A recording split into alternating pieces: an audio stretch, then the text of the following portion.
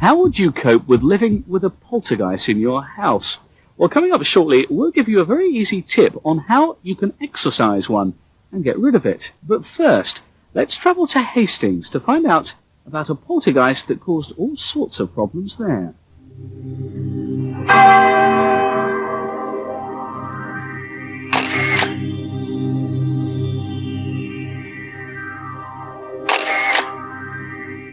Now on the Y-Files, a story of a poltergeist. This particular story led us down to Sussex, to ROBERTSBRIDGE, a village just near Hastings, and to the 7 Stars Inn. Andy Green is a paranormal investigator, and he knows all about the story. I had investigated the 7 Stars and made various visits ever since the 1970s when I first came down here. And I was told then by the owner that things had occurred in 7 Stars, things being moved about. Well, I've done no official investigations. I've done investigations on my own behalf, really, because I'm fascinated by poltergeist activity. This is where objects move around by their own volition, apparently. Some unseen force is actually moving objects. And this has been going on, to my knowledge, since 1971. Well, I've been here 5 years, and there's various things happen here. My first wife was held in bed in our bedroom in one of the back rooms, and I just didn't really pay any attention to it at all. And then my present wife had the same experience last year. One morning I go up, like really ready to get out of bed, and as I tried to get out of bed, I was like held back, like two strong hands were holding me back, and every time I tried to put my head up, I was put back to bed, and I was like wide awake, and I was like, what's going on? So I kept pushing myself out, and I couldn't get out of bed. And then just the last minute, I just jumped out of bed, and there was nothing there. Like I could feel just the hands, the 2 hands holding me, but not a body, not anything, just the 2 heavy hands. After I jumped out of bed, I was standing there and looking, and I was actually, Colin had already gone to work, so I was the only one in the bedroom, and my heart was actually beating really fast, and I was really scared. I laughed at my wife when she told me, until it happened to me, and then I realised it wasn't funny.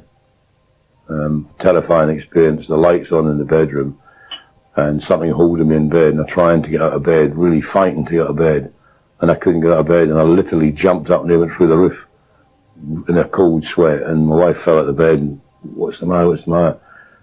Other members of staff have had such terrifying experiences that they've had to leave. My young cook, Jane Lorette, worked in the kitchen, and she seemed to attract the presence. She wouldn't get down the cellar because her hair stood up. In the cellar on one day, I know that papers that were stored there suddenly took off and filled the whole cellars with papers, newspapers flying around all over the place.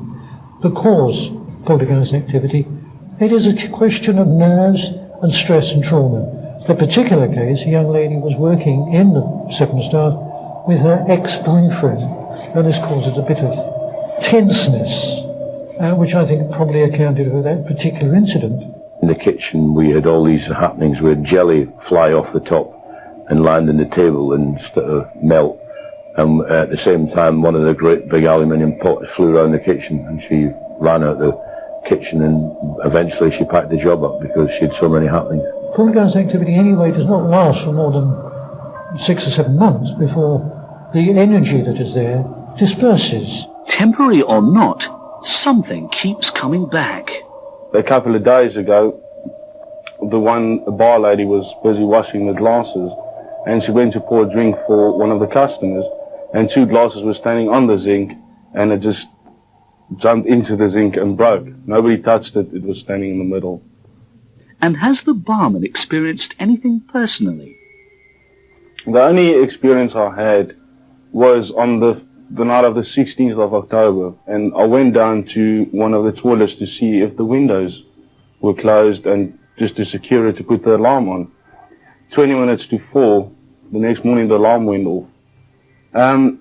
We came down, switched the emergency lights on, see if nobody's broken, nothing is moved. I saw nothing, and I went up, cancelled the alarm, locked up again, secured the place again, nothing was still moved or touched. I climbed back into bed. The next morning when I let the cleaner in, I suddenly realized that the cellar door was open and there was 2 crates standing on top of each other in the type of form like this, and the cellar door. So, is there any explanation hidden within the building itself? The Seven Stars is probably the oldest genuine haunted pub in England. It was built in 1177 to house the monks from Selhurst Abbey, which was built in 1176.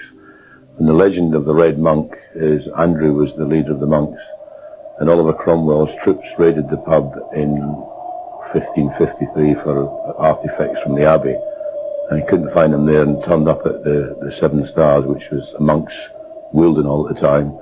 And Andrew wouldn't tell them where the artifacts and jewellery gold was from the Abbey, so they bricked him alive in the chimney. And he is the legend of the Red Monk. At the end of the day, I don't believe in it, but since my incident on the Friday night, I would say it made me think.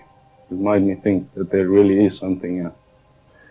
I'm not really afraid of anything. But there are things now, I've been here 5 years, that I do take very, very seriously. The local vicar, John Lamberhurst, has actually exorcised the place. The previous landlord had poltergeist in the bedroom with the children, and he came in and exorcised the place, which solved the problem then, and that was about 7 or 8 years ago. And we've had various psychic people in here who have said that there is a presence, a spirit, but to my knowledge there's been nobody here said there's an evil spirit. But it would appear that Colin no longer need worry, as Andrew found a solution for the previous landlady's poltergeist. One of the things that I found to eradicate the problem is to swear at it. It being not an entity, but the actual force there. And she took this attitude, that was the right one apparently, because she said quite recently in the media, Andrew told me to swear at it, and I swore at it, and nothing happened since. Marvellous. Instant exorcism.